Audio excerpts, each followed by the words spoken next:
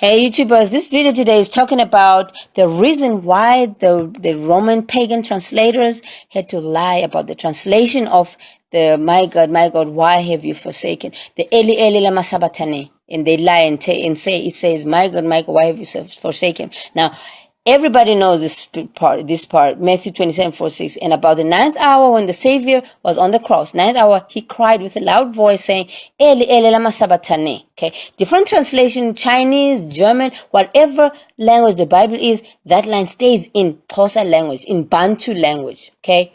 It stays in Bantu language no matter what the language is. So, but the Romans started lying because now they are not allowed to change that language. In whatever language the Bible is, Chinese, it stays in Ilama Sabatane, in Bantu, okay? But now they started lying about what that line means. And this video today is talking about why did they lie? Why are they going out of their way to tell us the lie? My God, why have you forsaken me? Why did they? Now, remember, these pagans, when they translated this Bible, there were all different other Bantu people who disagreed with the Bible, who didn't like this translation. And one of them is probably this Eli Elama Sabatene, because this is a clear blue line. It does not mean that. I'll show you what it actually means, but this here is just this whole video is showing why did they lie, okay? And I'll show you, I've got other different videos that are showing you what that actually means, okay? But this video is not going to show what all those things mean, okay? It just show you why are they lying, all right? That's what it means. So now the main reason why I did this video is for you to understand that everything they're doing, you have to look beyond what they're doing. Look behind the scenes, the reason behind what they're doing, their actions. Because what they show, they presenting to you, like lying and everything, look at why are they doing this? Why are they lying? Why are they giving this? Why are they setting up all the churches in different corners? I've covered in another video. Why are they doing all these things? Okay, so now, look at this verse, for these different verses. Eli lama sabate. It's not even rhyming with my God, why have you forsaken? Elama sabatene does not mean why have you forsaken me. Okay, this is just a blue lie. Okay, now this video is showing you why are they lying. Now, to give you a little bit of a recap for those people who haven't watched my other video, that shows what this line actually means. This means this is for Sabbath keepers. Okay. Now, I'm not going to go into detail on how we get into this and whatnot, but I'm just recapping for those who have not yet watched my other video where I'm showing what Eli means, Lama Sabatene, okay? Now, here's a little more recap. Eli means this, okay? Here's Google Translate showing you Bantu language called Xhosa. Now, the Bible is showing Xhosa language. For some reason, that's the only language that it shows a whole lot of times, okay? So, even these translations in Google Translate, it will be closer, okay? That rhymes, that actually at par with what the Bible is showing, okay? Eli means this, okay? This is for Sabbath keeper. Eli Masatene, this, okay? Now, some parts of Google Translate will say this is, okay? Which they're already showing that, they're linking this Eli into this is for Sabbath keepers. They're already linking it, but they don't even know that, because whoever is translating Eli knows that Eli Elama Sabatene, this is for Sabbath keepers. Already presumes that Eli this is for Sabbath keepers, okay? Which is actually what it actually means. This is for Sabbath keepers, okay? So Eli, this is Sabbatha is Sabbath, okay? Now going to my other videos, I'm actually giving snippets in my other videos. In all my other videos, I revisit this stuff, okay? What Elama Sabatene, why they're lying. But then, if you watch my channel, you'll learn more stuff in there, right? That's for your good. Now, putting all of this in one view, Eli Elama Sabatene. Now, they'll say Elama means follow, okay? Elama means follow. That's what they will say. Elama can mean follow, can mean Elama is to follow. Yeah. Okay. Let me just keep it like that. Okay. I'll give you a little bit of action, a lecture on Xhosa language, because a lot of people are asking me, give us a little bit of a knowledge on how this Xhosa language works out there. You won't get any Xhosa for dummies out there. You won't get it. There isn't no such thing as Xhosa for dummies. And even if you go to Xhosa lessons and they won't teach you everything. Probably the person who's going to be teaching you is going to be looking at dictionaries and stuff like that. But if you want to really learn the Xhosa language, you go to the villages, you go to the Xhosa world where Xhosa people stay in and sit in those classes and learn. Not only private school, and go to the Xhosa public schools and Xhosa places where in the southern part of Africa, that's where the Xhosa people are. It used to be called Griqua land, okay? Eastern Griqua and Western Griqua. Now it's called Eastern Cape and Western Cape. So you go there and learn all these Xhosa words. You will understand exactly. Because that's where the Greek people were persecuting the Savior and stuff, Griqua land. But anyway, so Eli Lamasa. Now here's a little bit of a lesson for those, because I only teach now the Xhosa language in context with what I'm preaching about, because it's a complex language to just teach. Say, I'm teaching Xhosa now. So just learn. So Eli, L is a pronoun, okay? Like Eli, Elo, Olu, there's other different pronouns that we get, okay? So Eli means, it's a pronoun, which means this, okay? Elo means that. Olu means this again, but now it depends on what kind of a noun. You use a different pronoun, okay? Olo means that. Okay, so Eli means this. Okay, so Eli lama sabati. So ama is a plural prefix. Okay, ama, which means a plural prefix, depending on what kind of a noun you are trying to prefix. Okay, then you choose the right prefix. Easy is another type of a prefix. E is another. O is another prefix. Okay, so I'm giving you different examples. So ama is a prefix that's used for this kind of a noun. Sabata. Okay, depends on the first two syllables. Sa will always have a prefix. If the noun that is prefix, being prefix, starts with sa, it will choose ama as a prefix. Z will also choose ama, like water is called amanzi. So amanzi will so depending on what kind of, it's a really complex language. I mean, it's even hard for me to even teach you. Okay, depending on the noun, you choose the prefix. Now, sabata is a noun, clear noun. Okay, like Now, ne is a suffix. Now, something that's put at the end. So it's a suffix that shows excellence, that shows commitment, that shows a level, like a high commitment, high level. Like a typical example is isimitiswa, somebody who's pregnant. Okay, it's called isimitiswa. So isimitiswa, someone who's pregnant. Now, isimitiswa ne, the highly pregnant person, probably hard to even walk. So isimitiswa ne is a committed, high pregnant person. Okay, another example is isifundiswa is a learning person. Okay, that's a noun. But isifundiswa ne, once you add a ne, that's a level of commitment, something that resonates in there. So a sabata is Sabbath. A Sabbath ne is a Sabbath keeper, a committed Sabbath keeper. Okay, a Sabbath, somebody who's a Sabbath is a Sabbath keeper, but a Sabbath ne is somebody who's a really committed Sabbath keeper. Okay, so Lama Sabatane. So I've really unpacked how that language works. Okay, how that Lama Sabatane comes to. All right, you won't find this on Google Translate. Won't find it in those little lessons that they'll be trying to throw in Bantu language. On YouTube. I'll be laughing at those white people trying to teach black people their language. So anyway. So now that's a little lesson for you. So here's another little lesson. Elama means follow, okay? That we got that from Google Translate.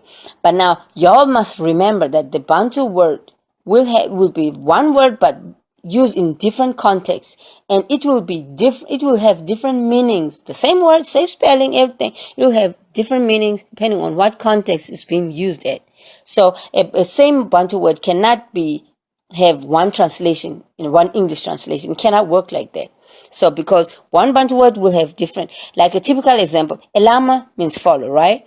As we see in Google Translate. But now that follow only applies to siblings anyway. Google Translate doesn't even know that or doesn't even show that. Elama means follow only for siblings. Okay, you can't use elama for follow any, like come follow me, come elama me. No.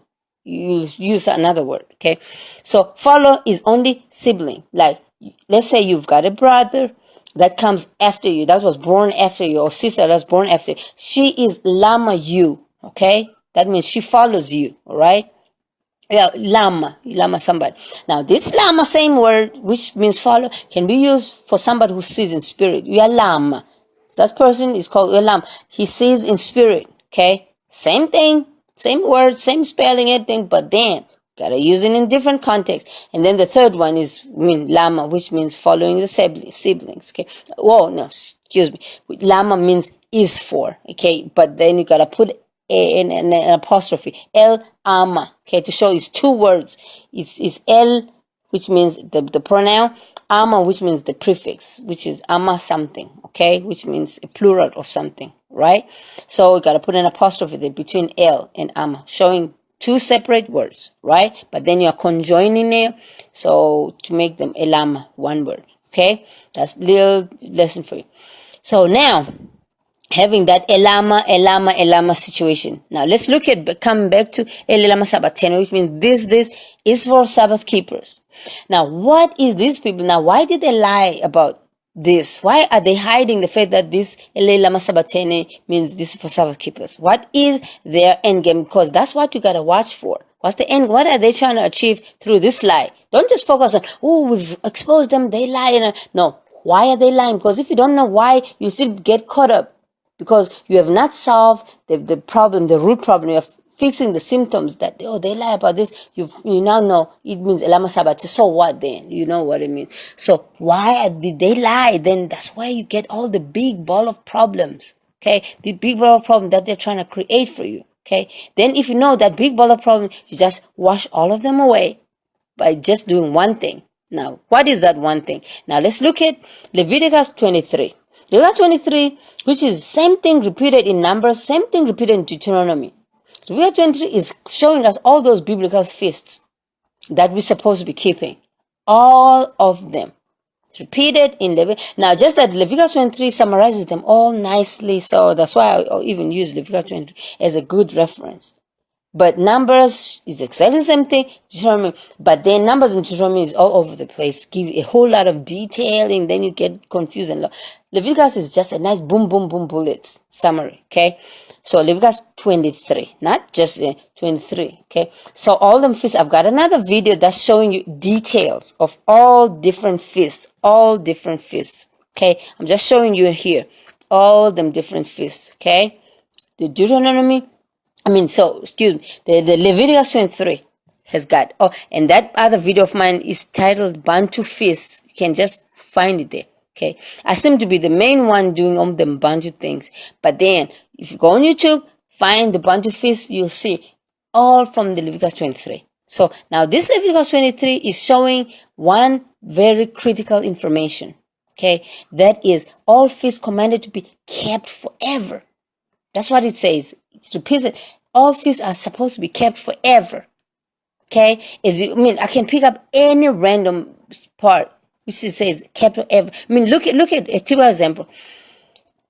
Exodus 12:14 now. Remember I said you go to Exodus 1 more detail on the same things that are covered in Leviticus 23. Exodus 12:14 says, and this day shall be unto you for a memorial, and you shall keep it as a feast to the Lord. Throughout your generation, I bolded it, throughout your generations, and you shall keep it as a feast by an ordinance forever. Okay, so then it doesn't make a mistake. It didn't change it and say forever until the Savior comes and abolish it, or until he was crucified. No, he says forever. Nothing to do with if the Son comes no, he did not come to abolish none of this. Okay, I'll show you what all of this means. Okay, so here you got it. The Son in the Creator himself, he says it himself, forever. And he says it in another part where he says, if your kids even go on and ask, why are y'all doing this? Why are you doing this feast and stuff? He says, you shall tell your children, if they ask you, why are you doing these things? Okay, here, 12:26, when your children ask you, why are you doing this? Why are we doing these things? Well, now the children are supposed to do it for generations forever. And you will say, this is the Passover. Now, that's one of them. Because he says, why are you doing these things? He doesn't say, why are you doing Passover? Say, these things, all of them feasts. You must say, this is the, go on reading, because the Savior, the Father saved you from Egypt and stuff like that. So it's more of, we have to do all these feasts as a reinstatement of our relationship with the Savior, with Son and our Creator. Okay. So now here, some other little lesson. Now I'm diverting a little bit. Another little lesson now. Moses that was given this law in Leviticus 23. His name is Musa, okay? Because now remember the queen said, I'm giving him a name Musa because I've had kindness on him. I've saved him out of the water, pulled him out. I've had kindness on him. So I call him Musa. That's what she said, the queen who saved her, okay? So who saved Moses from the water, okay? So even the Quran people, they still call him Musa to this day in that Quran, okay? If you see the Moses, they call him Musa, Prophet Musa. Right, because they're still keeping the old. And so now Musa is kindness, right? Now that's a little lesson for y'all, so you all know that, Kosa is just the reference in the Bible. Okay, now let's go back to Leviticus. Now Leviticus 23 says it's supposed to be kept forever, right? Now the same Leviticus says all feasts are Sabbaths, right? That's another problem number 2. Now all feasts are Sabbaths. Now, I say problem because the pagans don't like this. To us, it's good because it's good. We're given, these are Sabbaths. But pagans, they don't like it. That's why now we're going to tie all of this to the lie that they gave us. Sabbath. Why are they giving us that lie? So I'm building up to that reason. Okay. Now, first of all, it's supposed to be kept forever, all those rules. And they're supposed to be Sabbaths. All of them are Sabbaths. Okay. You can pick up any one of them. Someone says, you shall do no civil work. You shall do no civil work, which means you must keep them as Sabbaths. All right? Do not work, which means these are supposed to be recognized as Sabbaths. Now, there's 2 things. All feasts are commanded to be kept forever. And number 2, they're supposed to be Sabbaths. They're supposed to be kept as Sabbaths. All right? Now, the pagans are now they have a problem of they have to get rid of this Leviticus 23 issue, because it's an issue to them. Because if people keep this forever, they'll start to reinstate their relationship with the Father every year with the Father. If you watch my channel, if you watch my video about the Bantu feast, the detail, you will see there's no way you can have any Bantu person falling off following the pagan stuff if they do these feasts. Because these feasts are a remembrance. They keep them remembering. They keep them reinstated. The relationship sealed. If you do this feast. Now, that's number 1. And number 2, they're all Sabbaths. So we all are different. This Sabbath now set the Bantu people apart. Because if they do not work, they do know they're set apart clearly. Because they keep these days as Sabbath. And these people don't want these 2 things to happen. Because they are set apart. They holify the Bantu people. They don't want that. So what they did, first of all, they start cutting the law out. They said, no, the whole law is nailed on the cross. And then somebody will start arguing, no, but what if we don't then we don't tithe, we don't pay the tithe? They said, no, okay, no, let's forget about that. Let's have no. Somebody says no. If this law is not on the cross, then that means I can do all things. I can kill and steal and whatever. There's no law against it. And they said no, you can't do that because now there's the 10 Commandments. Thou shalt not kill. Them. I said okay, then if there's the 10 Commandments, there's that 4th one that says keep the Sabbath day holy. And then they start they change. No. Actually no. You have to keep the 10 Commandments. That's all. Everything else is nailed on the cross. And then they say, okay, then I don't need to tithe. They say, no, because the tithe is not part of the 10 Commandments. You're saying I should be keeping. Now the pagans want the money, the tithe money. They say, no, you have to pay the tithe. They say, Malachi 3:10. And then Malachi 10, verse 3. Malachi 3:10 or 10:3. Hold on. Malachi 10, verse 3, I think. Yeah, one of them. Malachi 3:10 says, no, it's Malachi 3:10. Malachi 3:10 says, you have to pay the tithe. But the pagans say, no, you have to keep the law nailed on the cross. But they want Malachi 3:10 to be kept as an exception. But it's all just confusing. So now, with that whole thing that nailed on the cross, they're all trying to get rid of the fact that these laws are all supposed to be kept so you don't reinstate yourself back to the Father. And now, despite that, all of them lies of nailed on the cross, the Savior said to himself, I am not come to destroy the law of the prophet, but I'm come not to destroy, but to fulfill it. He says to fulfill it. Now the pagans are like, no, but it's still nailed on the cross. Forget that he says, I'm not destroying it. I'm nailing on the cross. It's still nailed on the cross. That's what the pagans say. And a lot of people still believe this lie, which I don't understand it. And what does fulfill mean? Let's look at what does fulfill mean. Fulfill means just that. Look at that picture. You have done something, and then the Savior fulfills, because we don't have any temple. We don't have any temple anymore to fulfill, to do the whole law. We don't have any more temple to do it. But now the fulfillment comes when the Savior's blood covers the part where you have to take the lamb to the temple. But you will have done all that you got to do as part of the Passover. Everything that you got. Passover is part of unleavened bread. I mean, unleavened bread is simply you get rid of yeast in your house. Get rid of all the bad influential people in your life. That's what Feast of Unleavened Bread is about. But you have done all of that, but then there's a part of unleavened bread where you gotta take cakes baked in oil and stuff, take it to the temple. That's when we don't have a temple no more. That's when the Savior's blood covers that part, fulfilled, so that you have observed the full law. Because you walked, look at that picture, you walked, you did everything. But then you get stuck where you cannot have a temple to take the stuff to, as commanded by the law, Leviticus 23. Then the Savior's blood fulfills that portion. Fulfills that. It doesn't replace the law, such that you don't have to do nothing now. Fold your arm and say, I ain't got nothing to do because the Savior. No, he doesn't replace what you gotta do. You do what you gotta do, but he fulfills. He patches where you cannot do what you gotta be doing, so that it is full. It's in full. He puts, I don't know how to explain more. That's what fulfill means. He puts together what you don't got. Okay? A true example is the fact that you don't have a temple now. He puts together where you got to bring stuff into the temple. He becomes that part. He fulfills that part for you. Okay? Now, let's look at that nail. So that nail on the cross thing. Now, this is what they've done again. These fake Jews. And then if you now start to become smart and say, okay, now the nail on the cross, nah, I'm ignoring that. I'm not going to follow that nail on the cross thing. I'm not going to follow that nail on the cross thing. Okay, I'm not falling for that. I'm just going to do all the laws. I'm going to do all the... Now you're becoming smart. Now, guess what? The devil, those pagans, they got plan B for you. The plan B, they've set up that pagan, those pagan fake people there, those fake Jews, they set them up there. Why did they set them up? They set them up so that you can follow, you can do their ritual. Because you start to think those are the real deal people. They start coming up. Look at the fake Jews versus the closer people. Even the outfit, they just copied everything the closer people was doing. Now, these fake Jews, they came up with a list of the feasts, the biblical feasts. They started, I've got a video where I'm exposing these feasts, the Jewish feasts versus what Leviticus 23 is saying.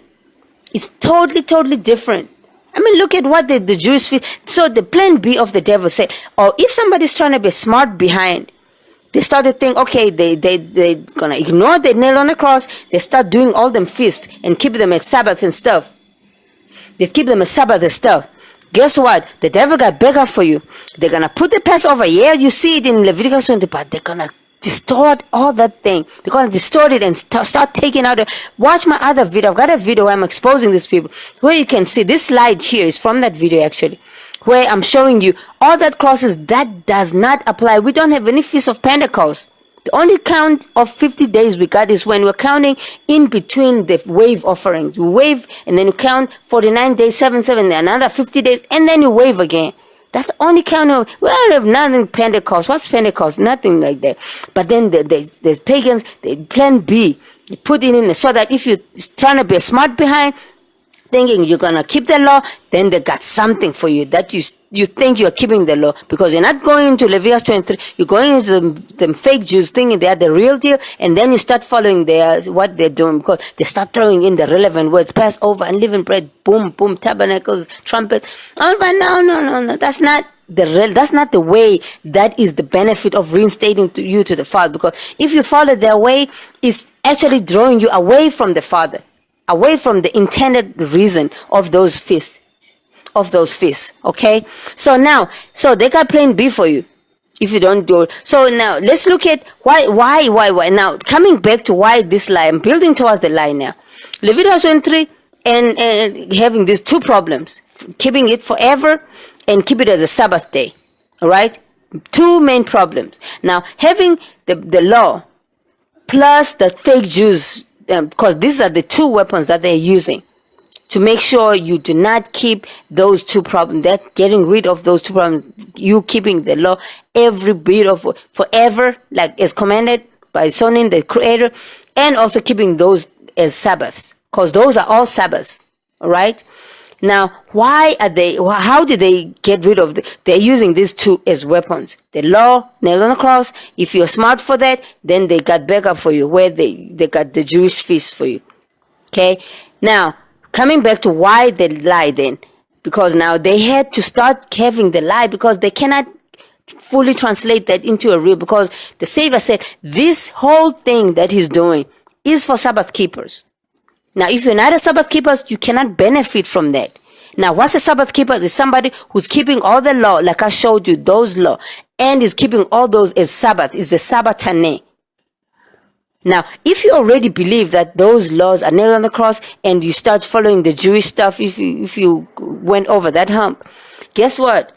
You're going to hit the speed hump, where they're going to lie to you and say, no, that the Savior did not even rubber stamp it on the cross to say, this is important, Elama Sabbaten is important.